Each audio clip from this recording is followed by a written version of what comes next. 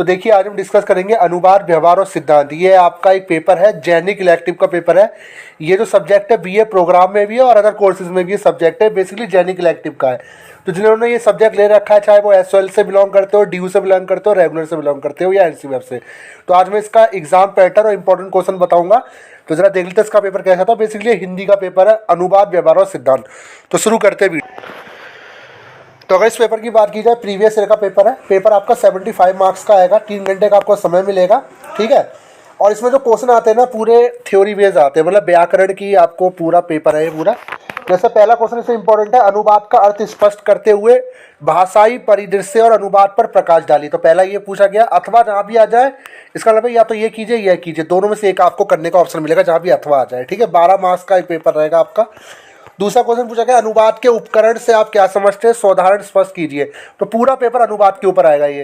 तकनीकी साहित्यिक अनुवाद की समस्याओं पर विचार कीजिए, ठीक है। फिर तीसरा क्वेश्चन, नीचे दिए गए अनुच्छेद का हिंदी में अनुवाद कीजिए। देखिए इसमें पेपर कैसा आता है, ये इंग्लिश में पैराग्राफ लिखा हुआ है, ठीक है। इसको आपको हिंदी में अनुवाद करना है, हिंदी में आपको बताना है ये लिखा हुआ क्या है। अब जिनको इंग्लिश आती है वो तो इसे ट्रांसलेट कर लेगा। अब जिसको इंग्लिश ही नहीं आती तो गूगल ट्रांसलेट तो आप यूज़ नहीं कर पाओगे, मोबाइल तो नहीं अलाउ है, तो ये तो आपको करना पड़ेगा, ठीक है। तो तीसरे में आपको ट्रांसलेट मिलेगा, सेम है, दोनों में से आपको एक पैराग्राफ को ट्रांसलेट करना है, ठीक है। चौथा क्वेश्चन, अब देखिए नीचे दिए गए अनुच्छेद का अंग्रेजी में अनुवाद कीजिए। पहले इंग्लिश को हिंदी, अब हिंदी को इंग्लिश में लिखना है।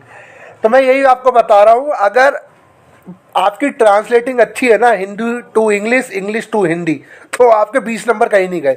ये भी 10 का है, वो भी 10 नंबर का है, ठीक है। तो इस तरीके का इसमें पेपर आता है, ठीक है। और 5वें में आपका नीचे दिए गए शब्दों में से किन्हीं 9 का हिंदी प्रतिरूप लिखिए।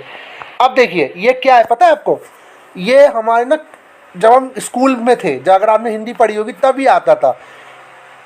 इसका हिंदी में मतलब क्या है, इसका हिंदी में मतलब क्या है, बेल का क्या मतलब है, ब्यूरोक्रेसी का क्या मतलब है, कैश सीट का क्या मतलब है, एक्स ऑफिसो का फाइल, लीज, लैम सम, येलोम, जर्नलिज्म। मतलब कुल मिला के बात ये है कि आपको इसको आई थिंक हिंदी, मैं भूल रहा हूँ, स्कूल लेवल पे इससे कुछ कहते थे, ठीक है।